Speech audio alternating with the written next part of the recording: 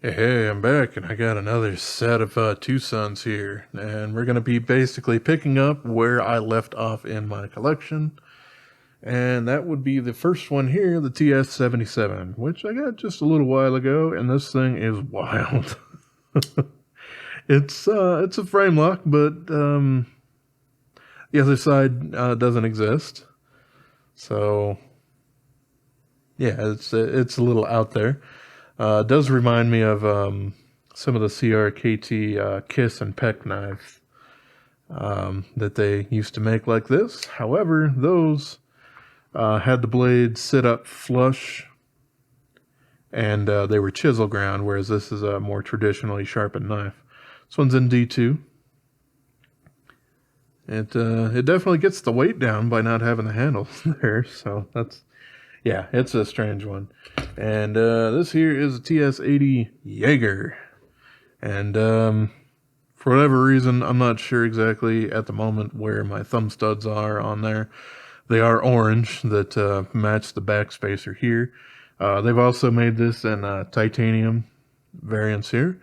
What's interesting is that these G10 ones have their own bespoke clip that TwoSun hasn't used on other knives. It's not great either, but I feel I should probably point that out.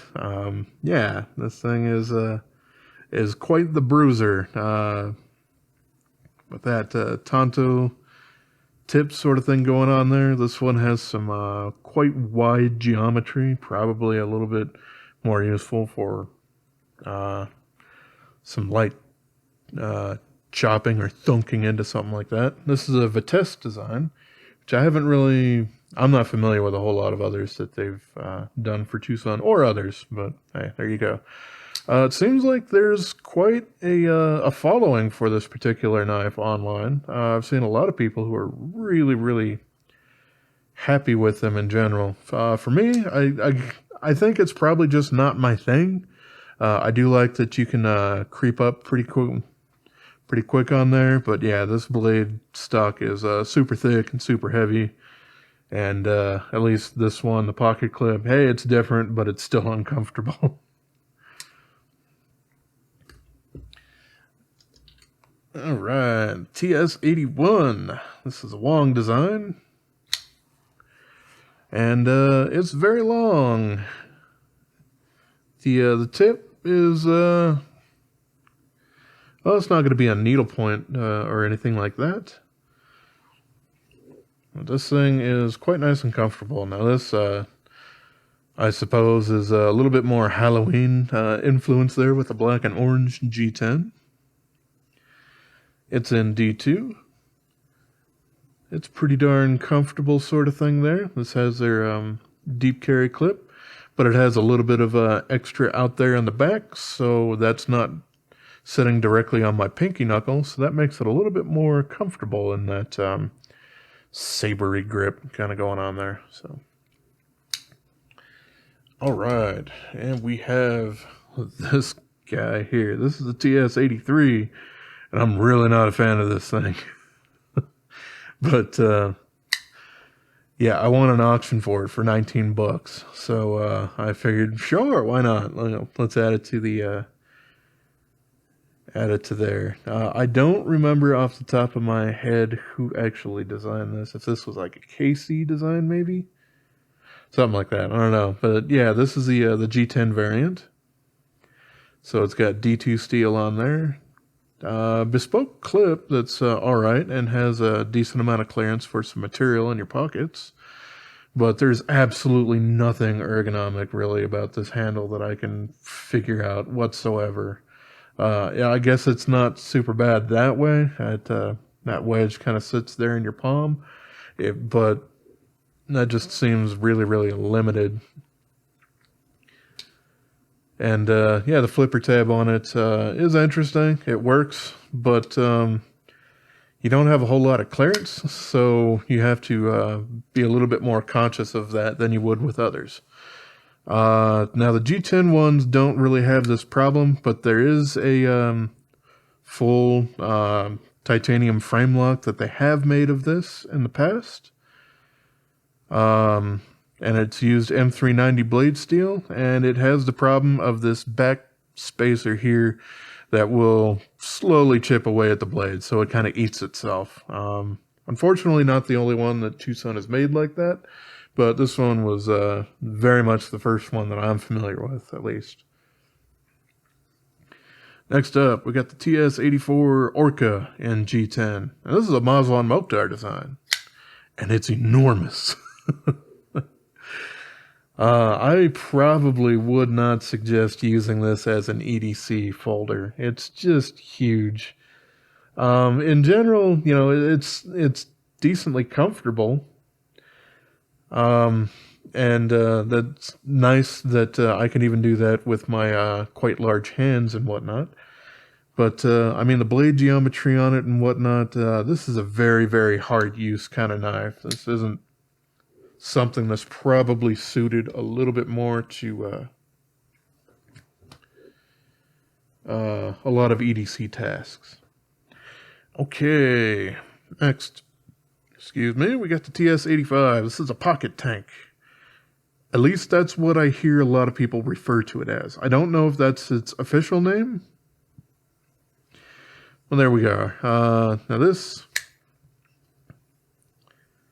Yeah, this is from Josh, and I can't remember his name, unfortunately, which I feel kind of bad about, because he actually commented on my review of his video and whatnot. I do like the knife quite a bit, but yeah, just forget that at the moment. But this is in D2, and this is in kind of a highly polished dark green micarta. It's a bit different than anything else that I've seen from them, and it's actually a decent quality, which is a good step up from a lot of TwoSun's micarta. Unfortunately for me, this is basically like a 3.5 finger knife, and that half doesn't really feel super stable there. So it's just a little bit small in general for me, but for somebody with you know, a little bit more normal size hands where they can get that full 4-finger grip on there, this thing is probably a beast. Has a pretty decent grind on it. This is in D2, if I didn't mention that prior.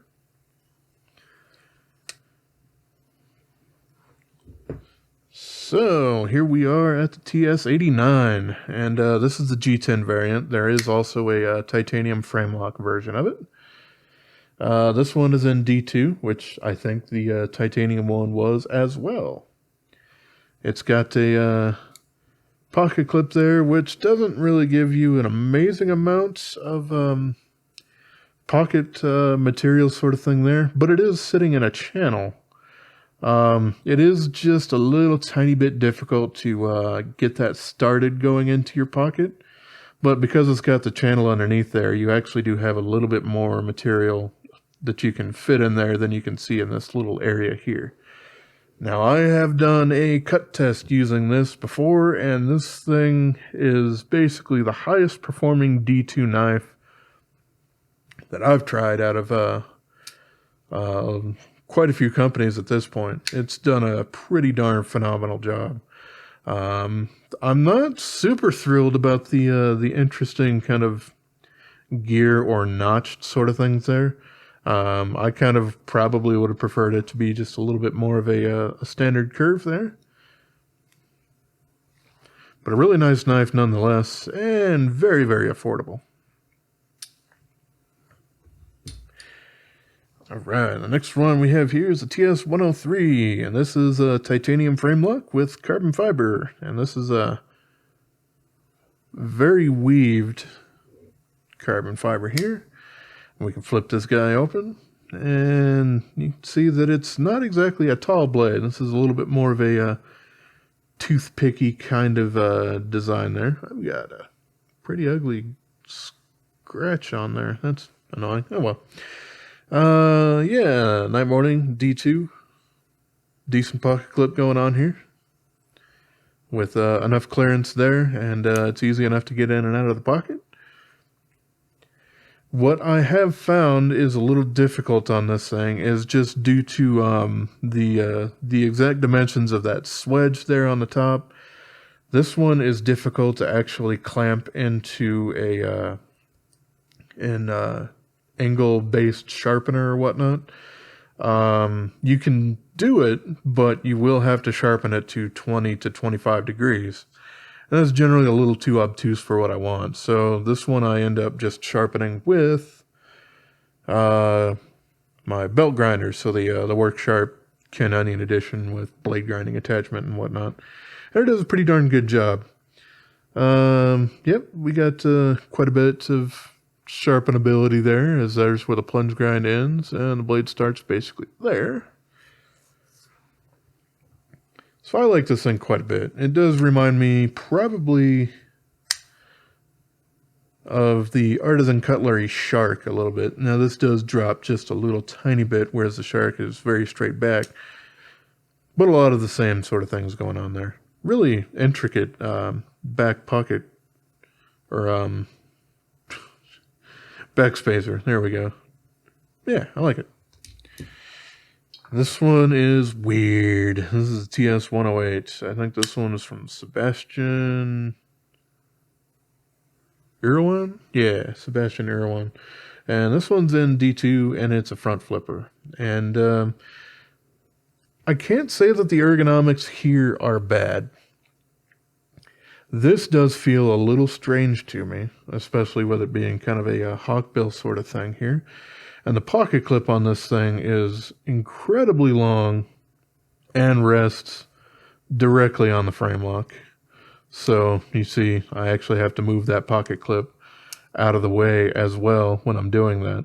Now it is a long clip, so it's not an excessive amount of force, but this front flipper is really easy to get your fingers in the way when you're doing that. So this is one that you have to learn how to open. It's not just, oh, it's a front flipper, I'll get it. You'll end up just pinching yourself and getting angry. Yeah, just a really strange design. I haven't seen that one available for quite some time as well. That was one that I had purchased on the secondary market. All right, and we have the TS111 Baleen, which I think is in a similar vein to this. Obviously, the carbon fiber weave is a bit different on here, and this is a swayback. And this is a bit larger of a swayback than you'll generally see on some other people's designs, whether it's, I don't know, Case or Kaiser or whoever else might be doing that. But I really, really do appreciate this thing. It has kind of maybe a finger choil going on up here, but I pretty much consider that just a sharpening choil. And with the plunge grind ending there and the blade starting there, yeah, you have a decent amount there. This one is in D2. They do also make a variant of this in S90V, which, eventually when I find it for a price that I'm willing to pay for it, then I'll probably get it, because I really do like this knife. The pocket clip works quite well on it. You know, it is kind of an angle rather than a standard spoon sort of thing there, so, you know, you do have to keep in mind exactly how you are putting it into your pocket. But, you know, that's something that you get used to pretty darn easily. These things have some pretty good action to them. Nice and simple, and I do like the extended crenellated. This is the second time I forgot the name of it. The backspacer. Jeez. There we go. Okay, next up, we got the TS114, also known as the Aranea. And this is a Caleb Fechner design. And this one is quite strange. A little harpoon, but yeah, that harpoon happens very, very late in this particular instance. We do have a titanium milled pocket clip here that works out all right. And actually has 2 anchor points, which, hey, you don't see that a whole lot on their titanium milled clips there. We have a large backspacer here with a huge lanyard hole for, I guess, you know, all your lanyarding needs. And we do have the liners nested in the G10. A lot of that seems like it would be probably super, super great. And in general, this thing isn't bad ergonomically. but it just doesn't really wow me as much as a lot of other designs. At least it's quite nice and safe. You know, it doesn't have any of the parts of the blade exposed. We do have a bit of a shoulder going on before we get down to the secondary bevel there, right before the edge. So this thing is a little bit thicker than it would otherwise be, but hey, it's a neat knife. And sticking with Caleb Fetchner, we got the TS115, and heck, there's a lot of stuff I'd probably want to say about this thing. For one, this is the first one that I've seen that basically uses a G10 laminate. They haven't done it on many, but this is one of them. So it's green G10, and it has that carbon fiber laminate basically on top, and then they've milled a little bit of it away after it's been adhered. And this, I don't know the mathematical phrase off the top of my head, but this does represent something. So, yeah, sorry for being vague on that, but yeah. That's all I got. A lot of the blade is very accessible when it's closed, so that's kind of unfortunate there. It's very thin sort of thing, very basically straight back, but it does have a little bit of a drop pointy sort of thing going on there. And we got some folders going on. This is in D2, and it's got that folded over clip. Next up, TS116. This is an enormous Wharncliffe, and this is from Max Chachuk. Kerchunk. Yeah, this thing is like, I mean, you are counting the finger choil in there, but I do believe this is basically a full 4-inch Wharncliffe going on here. Very pokey. The tip isn't, you know, amazingly fragile or anything like that. It still has some meat behind there, but still very thin. So, very, very pokey. This one's in 14C28N. Hey, it's kind of one of the first times that we've seen that steel here. And we'll get used to it, because a lot of it uses it now. Something interesting about a lot of Max's designs that he's done for TwoSun here is he uses a smaller pivot collar, or a pivot Chicago screw, whatever you want to call that there for it. So the ceramic bearings and everything on there are smaller, which for something like this, I don't think was absolutely necessary, but it's there. So I have had somebody mention that, yeah, the very tip of this knife does stick up and will bite you. So it's another thing you got to watch out for on that one. This one is another Max Chachuk design. It's known as the TS117 or the Grandpa. And this one is a 14C. I haven't seen it in other blade steels, but it's possible that it is or was made in another blade steel. This is a really fantastic knife. It's basically kind of a clip point sort of thing, like you'd see on some of the old school buck 110s and 112s. Very thin here. This thing just locks right into your hand. This is a really phenomenal design overall. I really, really appreciate this. We got carbon fiber for the, yeah, I guess kind of inlays, because, yeah, they are kind of milled in there. And titanium frame lock here. The pocket clip works quite well on this as well. This is just a really, really nice EDC knife that is quite large, but in a smaller package. So I really do appreciate this design. It's a good one. Next up, we got the TS118. This is another Max Chachuk one. And yeah, this one's factory stonewashed. So TwoSun did the stonewashing on this. I didn't do it myself afterwards. This one is in M390, and I think this was from the original run. So that's why it's got a number on it. I've purchased this on the secondary market, but as soon as I did that, they started making another run of these. So they are kind of available on eBay and whatnot. This is a little strange, quite thick and heavy, actually. And yeah, I suppose a little bit of that weight could probably be from the copper inlays and whatnot, and the fact that the blade is super thick on this. It's an interesting design, but yeah, that blade geometry is pretty thick back there for it being quite thin, and at being thin, also not a full flat grind. But reverse Tonto, so it's a fairly Benchmade 940-ish kind of thing. And this thing, I will say, took me forever to sharpen. I did, obviously reprofile it down to 15 degrees. But yeah, this one has probably given me more struggle for an M390 knife than I've experienced from anything else in my collection. So be that as it may, that doesn't necessarily mean that it's going to be the best specimen of M390 for blade retention, but I do think they are related in some way, shape, or form. Alright, next one we have the TS121 Sand, and that's for sandblast finish, and that's basically for the handles here. But I have changed them up a little bit. I have done the anodization on here, so it's a little bit more...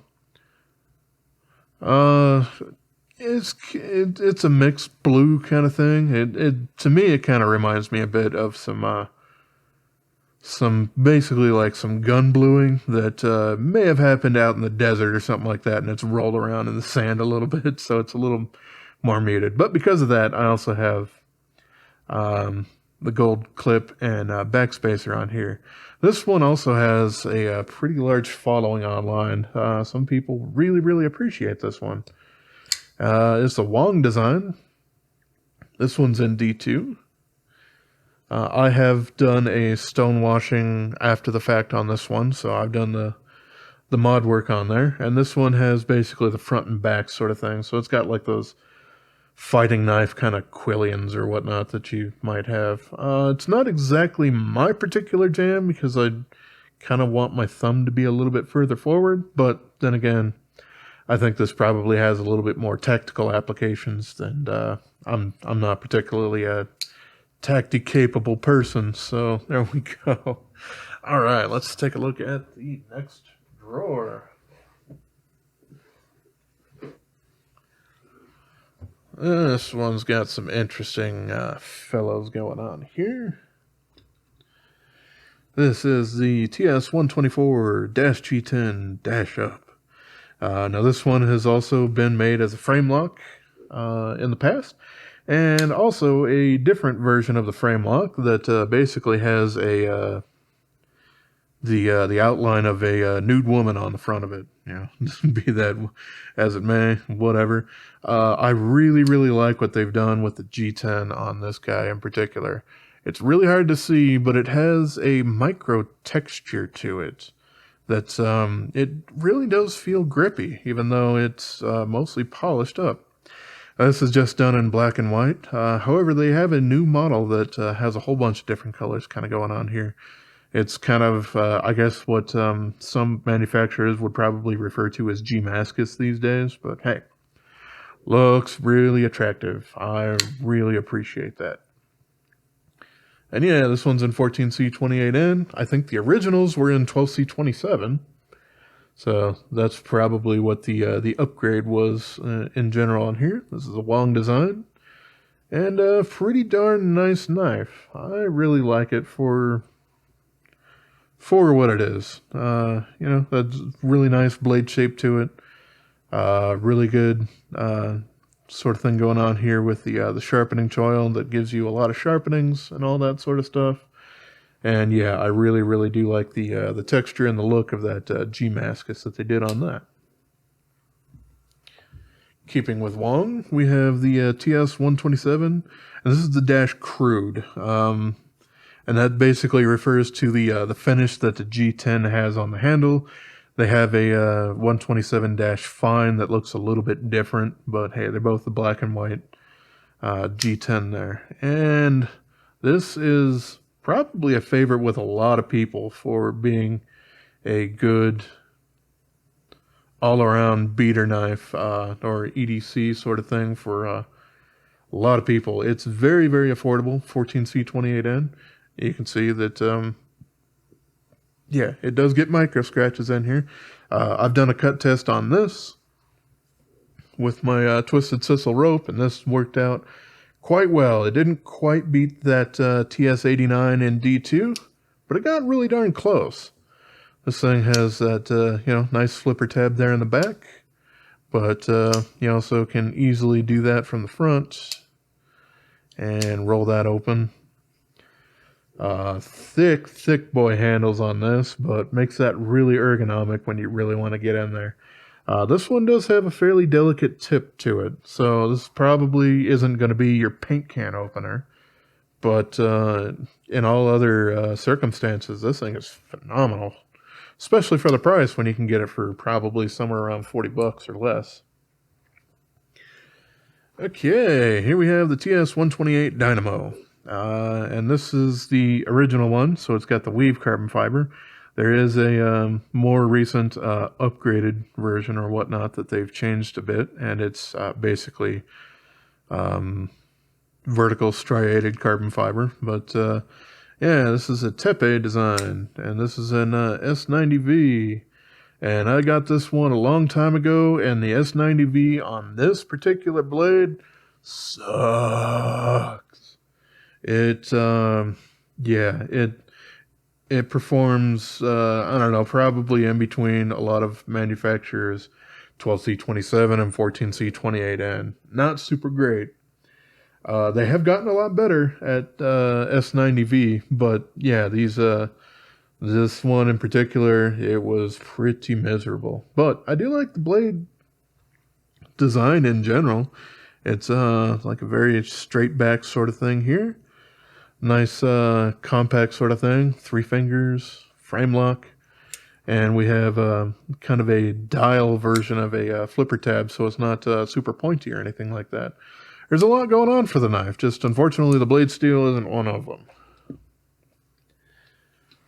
But there we go, we got the 129-M390, and I think that's mostly a more recent addition to the numbering and everything like that for it, because I haven't seen this in any other configuration. But yes, titanium frame lock, carbon fiber front, we got a front flipper here, super nice.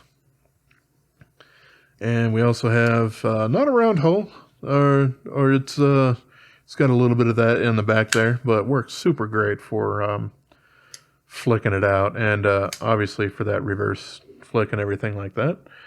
For me, it's basically like a 3.5 to 3 3/4 sort of grip on there.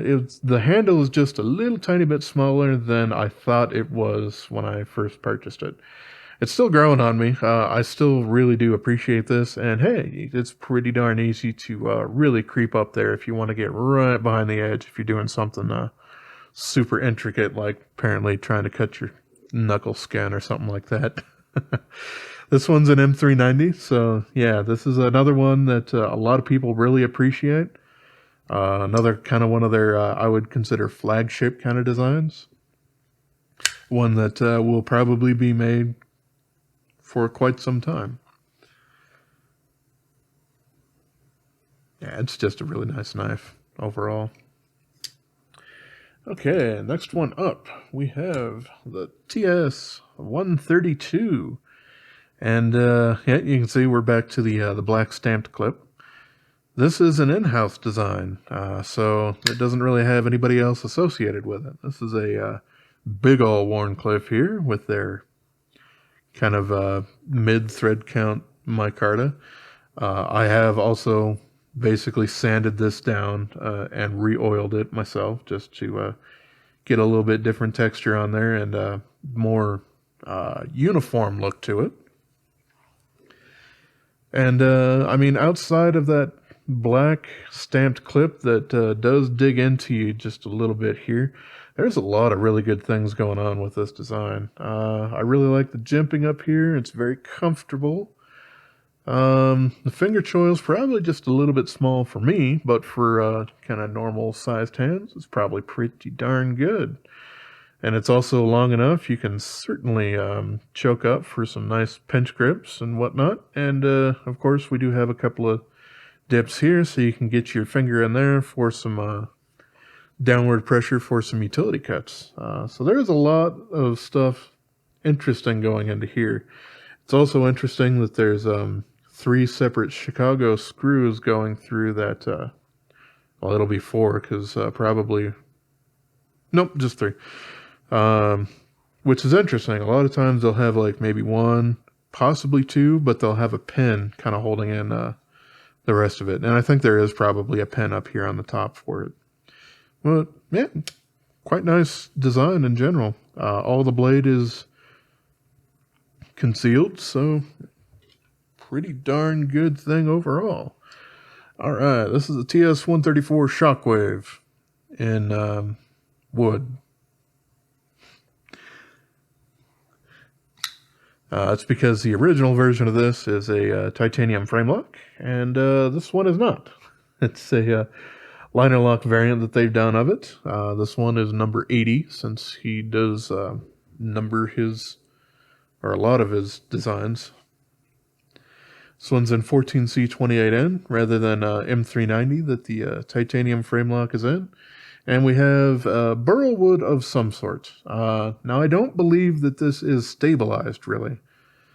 So, yeah, it's not really impregnated with resin or anything like that. But it is decently dried out, so they've kiln dried it like they would with... a lot of guitar manufacturers will kiln dry things for quite a long time, several days or whatnot, to make sure that the wood doesn't warp or anything like that on you.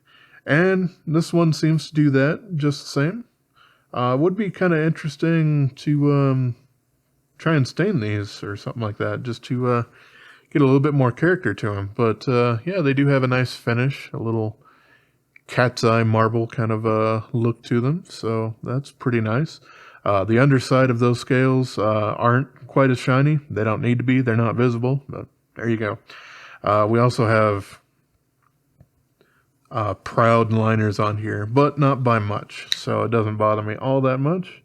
Finger choil is probably a little bit small for me, but hey, I mean, overall, the knife itself is probably just a little bit smaller than something that I would prefer most of the time. So, there we go. Alright, next up, we have another Max Chachuk, and this is the TS135. And this has titanium. I have basically done the aftermarket anodizing, so I got kind of gold scales and pocket clip and a blue back spacer. I kind of like the gold color a little bit more than bronze when I'm pairing it with carbon fiber, but hey, people's opinions are a little bit different. Now this does look a bit like the 118 that I had taken a look at in a previous tray, but the blade on here is thinner this way, so it's not quite as tall. Yeah, it also comes down to a bit of a more acute point right behind the edge there, so the shoulder is a little bit smaller on there, and this one is, it might be a little bit strange to try and see that, but it will go here, and then cants up just a little tiny bit, so it's got a strange Tonto-ish kind of sort of thing going on there. This is a pretty darn nice knife. I do like it. I think I do like it a little bit more than the 118. It's definitely lighter, as it doesn't have copper inlays and all that sort of stuff. It's a nice gentleman sort of thing, affair going on here. He has made one that looks very, very similar to this, but larger, if you can imagine that, for Kubi, called the Dandy. And I think it's very similar to this, but the blade is a full 4 inches, so it's quite large. But yeah, nice action on this guy here. Next up, I have the TS136-UP. This is known as the Stingray. It's a Mazwan Mokhtar design. But this is the dash up, which, as Jelly Jerry has kind of made me aware, these dash up variants rarely, if any, actually have any involvement from the original designer. It's just kind of TwoSun deciding, hey, we're going to change it up this way because either they want to improve it or to make it easier to manufacture. I don't know. Just something to keep in mind there. But yeah, here we are. We got kind of a compound grind going on here, so we got a thick tip going on. I really do like the back spacer here that also has a groove on the inside to you know, kind of keep that blade away from it and everything. It's a front flipper, as well as you can use that hole in the thumb way that I did, or the reverse. All of that works super great. You have a nice ramp that's jimped up there in the back, and you can choke up a bit more, but at that point my thumb doesn't feel comfortable there, so I would probably go much farther forward. But yeah, pretty nice knife. It's probably not my absolute favorite Mazwan Mokhtar out there, but still a very nice one.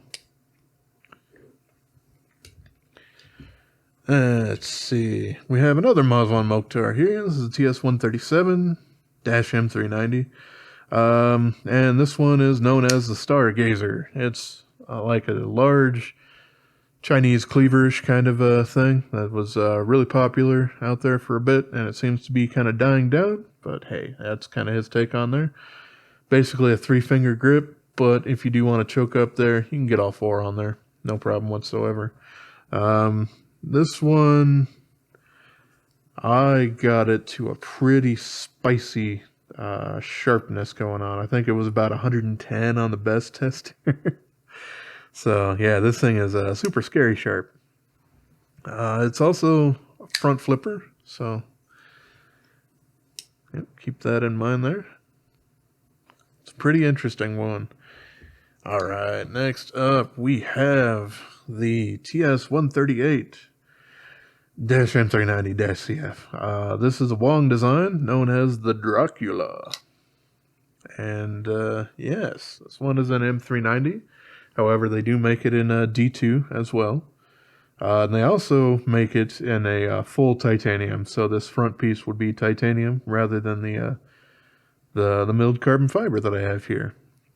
I like this thing quite a bit. You know, very generous choil on there. Designed to be a lot like a cold steel tough light for really just powering through some cuts there and whatnot. What a lot of people end up not being a huge fan of is the large thumb lugs that are on this. They work great for deploying it, but it does seem just a little bit large, especially if you are going to be using the flipper tab on there. I do believe the pointed nature of that flipper tab is how it got the name the Dracula, so keep that in mind. But yeah, you can also remove that thumb lug if you want, and then it's a little bit easier to do the reverse flick on there. Fairly nice utility knife going on there. Here is the TS139-UP Barracuda. This is a Mazwan Mokhtar design as well. And this one in particular, I've had problems with blade wrap, basically on that back part there. Mazwan had kind of talked to me about this a little bit, basically saying that he had the same problem with the sample that they sent him, where they didn't actually sharpen the blade down far enough, so this one shouldn't have that problem once I sharpen it up, probably once or twice or something like that, to get it away from there. This has a thumb disc for deployment, which I'm never super a fan of, and this one is very smooth, so you really have to make that conscious decision to make your thumb go this way rather than up. Otherwise, your thumb's just going to slip off and you're going to look like an asshole, like I just did. Very long Warncliffe blade, though. Quite comfortable handle. It kind of arches up there at the back, but very nice for a full 4-finger grip. And if you want all of that on that flat, you can kind of choke up there. It doesn't have the flipper tab, but it has nice aggressive jimping on both sides, so it's really easy to index. And here we are. Here's the TS158 TS84-CF. This is a Wong design, and it looks super small, and it kind of is, but really, really works well. This is an M390, and this is a 3-finger grip, as you can see here. It does basically have something here, but I'm just going to consider that to be a sharpening choil there, not a finger choil, unless you, I don't know. Yeah, even my pinky is probably a little bit too large for it. Regardless, the 3 fingers that you have on this are very, very secure. I really, really enjoy this knife. Wong really does have a great way of making designs where even his smaller knives really do take into consideration folks with larger hands and whatnot. And I really appreciate that. That's probably why he's one of my favorite designers from them. Yeah, this is just a really, really nice knife. It's got some fullers there that if you really want to work at it, you can try to open them that way, or, you know, more traditionally two-handed there. Very, very lightweight. This is just a great one for, you know, oh, I need kind of a smaller knife or whatever for wandering out. And there you go. This one is actually quite new, even though the number on it's a bit old. This is a TS159 micarta. And you can see this is a fairly burlapish, very, very sparse as far as thread count goes on this one. And this one has that kind of very exaggerated clip, but not super Persian-ish curve up there at the tip there. Reminds me probably quite a bit of that TS103 from Night Morning that we looked at a bit ago. But obviously this one is going to be thicker and much more designed for them large hands because, well, Wong designed this one rather than Night Morning. So, yeah, this thing's pretty darn nice. I'm not actually familiar with the original version of this, but I do know that this one is a micarta variant, not, I don't think it originally started out that way. But a nice one nonetheless. And yeah, 14C28N going on here. Okay, and that brings me here to the 162 linen. And this one is usually in D2 steel. This one in particular is one of a few that they made in 12C27. And I think they basically did this kind of playing around with the material 12C27, as right after these came out, they had some kitchen knives that were made from Night Morning in 12C27. So I think this was just kind of them experimenting around a little bit. But it was still fun that I got to do some cut testing on 12C27 from Tucson without trying to find something very old that they've made it in the past. Okay, this is the TS163. I haven't put the clip back on here, but it's sitting right there. This is ridiculous. It's this guy again. Don't remember his name, but he did that red and black one. So it might be Vincent Oliver, but I'm probably wrong on that. Either way, this thing is a ridiculous hawkbill kind of blade shape here. Incredibly aggressive milling going on the tan G10. Yeah, very, very aggressive on the back. It does lighten up a bit here at the front.